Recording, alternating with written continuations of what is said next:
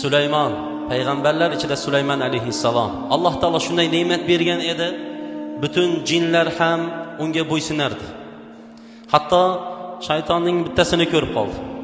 Aytdiki, odamlarni eng sindira biladigan joying qaysi payt dedi. Qaysi paytda tez seni vasvasangga tushadi deganda, to'yib ovqat yeganida dedi, tez sindiraman dedi. Chunki uyqusi keladi, ibodatlarga dangasalik qiladi dedi. Bo'ldi dedi.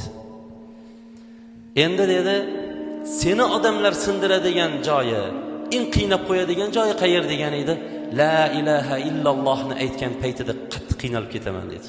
Allohni ulug'lagan. Bo'ldi, endi to'yib ovqat yemas ekanmiz va shu zikrni ko'paytirar ekanmiz dedi. Ana degan edi, shayton ham aytdi, endi qaytib odam bolasiga sirimni aytmayman dedi.